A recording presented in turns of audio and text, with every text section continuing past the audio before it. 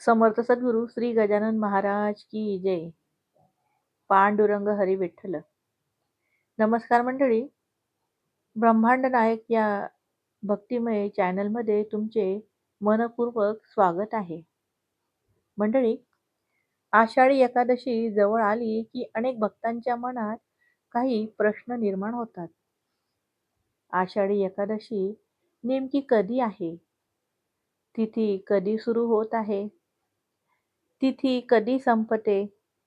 आणि उपवास 25 जुलैलाच का करायचा? आणि पारणं कधी करायचं? आजच्या या व्हिडिओमध्ये आपण कालनिर्णय पंचांगाच्या आधारे या सर्व प्रश्नांची सोप्या भाषेत उत्तरे जाणून घेणार आहोत. म्हणून हा व्हिडिओ स्किप न करता शेवटपर्यंत नक्की पहा. आषाढी एकादशीचे महत्त्व.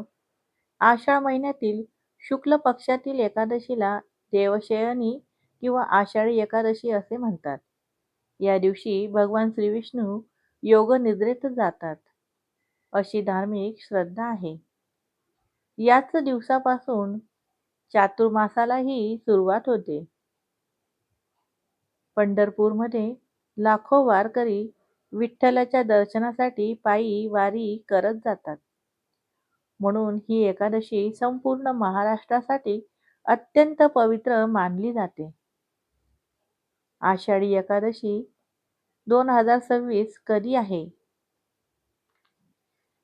तर कालनिर्णय पंचांगानुसार आपण जाणून घेऊ. 24 जुलै 2026 शुक्रवार रोजी शुक्ल दशमी सकाळी 9:12 पर्यंत आहे. तर 24 जुलै 2026 वार शुक्रवार सकाळी 9:12 नंतर एकादशी तिथी सुरू होते. आणि ही एकादशी तिथी 25 जुलै 2026 शनिवार रोजी सकाळी 11:33 पर्यंत आहे. मग उपवास 24 जुलैला करायचा का 25 जुलैला? हा प्रश्न अनेक भक्तांच्या मनात येतो. मग उपवास 24 जुलैला नाही तर 25 जुलैलाच का? हाही प्रश्न अनेक भक्तांच्या मनात येतो. तर याचे उत्तर म्हणजे उदय तिथीचा नियम. हिंदू धर्मात एकादशीचे व्रत उदय तिथीनुसार केले जाते. म्हणजे सूर्योदयाच्या वेळी जी तिथी असते त्याच तिथीचे व्रत केले जाते. 24 जुलै रोजी सूर्योदयाच्या वेळी दशमी तिथी होती आणि एकादशी तिथी सकाळी 9:12 सुरू झाली. म्हणून 24 जुलैला उपवास केला जात नाही. 25 जुलै रोजी सूर्योदयाच्या वेळी एकादशी तिथी चालू असते. म्हणून उदय तिथीच्या नियमानुसार 25 जुलै 2026 शनिवार या दिवशी आषाढी अर्थात देवशयनी एकादशीचे व्रत आणि उपवास केला जातो. याच कारणामुळे कालनिर्णय पंचांगातही देवशयनी आषाढी एकादशी 25 जुलै रोजी दाखवली आहे. आषाढी एकादशी म्हणजे या दिवशी काय करावे? तर सकाळी लवकर उठून स्नान करून स्वच्छ कपडे परिधान करावे आणि देवघर स्वच्छ करून देवपूजा करून भगवान श्री विष्णू आणि श्री विठ्ठल रुक्मिणी यांची मनोभावे पूजा करावी. आषाढी एकादशी या दिवशी तुळशीला पण पाणी अर्पण करून हळदी कुंकू अक्षता फुले वाहून दिवा लावून पूजा आरती करावी. नंतर या दिवशी दिवसभर विष्णू सहस्रनाम, हरिपाठ किंवा भगवद्गीतेचे वाचन करावे. अजून शक्य झाले तर या दिवशी दिवसभरामध्ये तुम्ही श्री विठ्ठल विठ्ठल किंवा रामकृष्ण हरी या नामांचा जप करावा. आणि भगवान विठ्ठल हे भगवान श्री विष्णूंचेच रूप आहे असे मानले जाते. म्हणून या दिवशी ओम नमो भगवते वासुदेवाय या मंत्राचाही तुम्ही माळजप करू शकतात किंवा आपल्या इष्टदेवतेचे नामस्मरण करू शकतात किंवा आपल्या गुरूंनी जो आपल्याला मंत्र दिला आहे जसे की गण गण गणात बोते या मंत्रांचा सुद्धा तुम्ही या दिवशी नामस्मरण मंत्रजाप करू शकतात. या दिवशी तुम्ही शक्य असल्यास अन्नदान किंवा गरजूंना मदत करावी. आणि या दिवशी काय टाळावे तर राग, वादविवाद आणि कटुवाणी टाळावी. असत्य बोलू नये. कोणाचाही अपमान करू नये. तामसिक अन्नाचे सेवन टाळावे. या दिवशी तुम्ही सात्विक आहार करू शकता, जसे की फळे, दूध किंवा फराळाचे पदार्थ तुम्ही सेवन करू शकतात. वृद्ध व्यक्ती, आजारी व्यक्ती किंवा गर्भवती महिला यांनाही उपवास करणे शक्य नाही झाले तर त्यांनी या दिवशी केवळ नामस्मरण केले तरी चालते. पण भक्ती ही आनंदाने आणि श्रद्धेने करावी. यातच खरी विठ्ठलाची भक्ती आहे.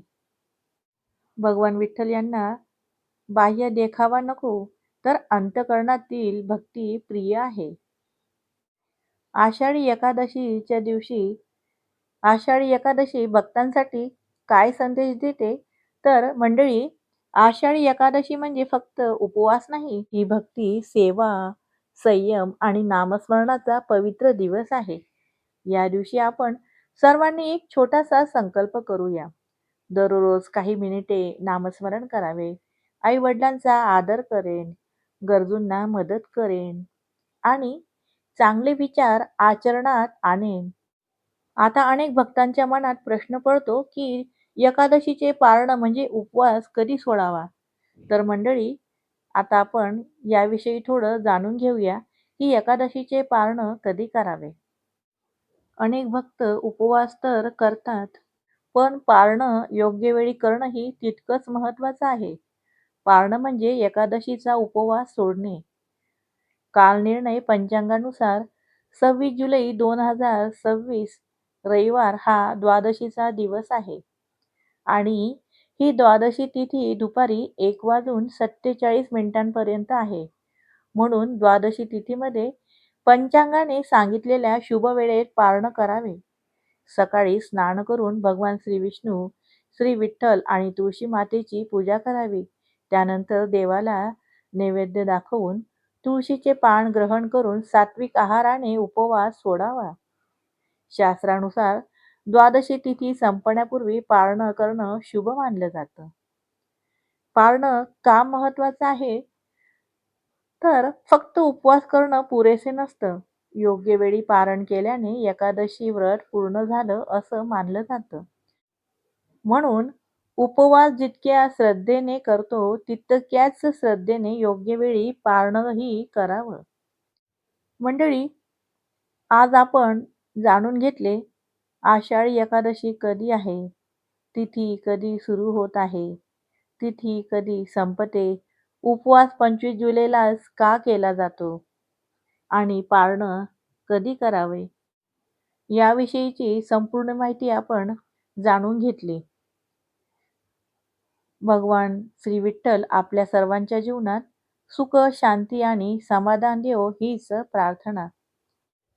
जर ह्या व्हिडिओमधील माहिती तुम्हाला उपयुक्त वाटली असेल तर व्हिडिओला लाईक करा. कमेंटमध्ये रामकृष्ण हरी लिहायला विसरू नका. हा व्हिडिओ आपल्या कुटुंबियांना आणि इतर भक्तांपर्यंत शेअर करा आणि अशाच भक्तिमय माहितीपूर्ण व्हिडिओसाठी आपल्या ब्रह्मांड नायक या चॅनलला सबस्क्राईब करून बेल आयकॉन दाबायला विसरू नका. पुन्हा भेटूया एका नवीन भक्तिमय विषयासह. पांडुरंग हरी विठ्ठल, रामकृष्ण हरी.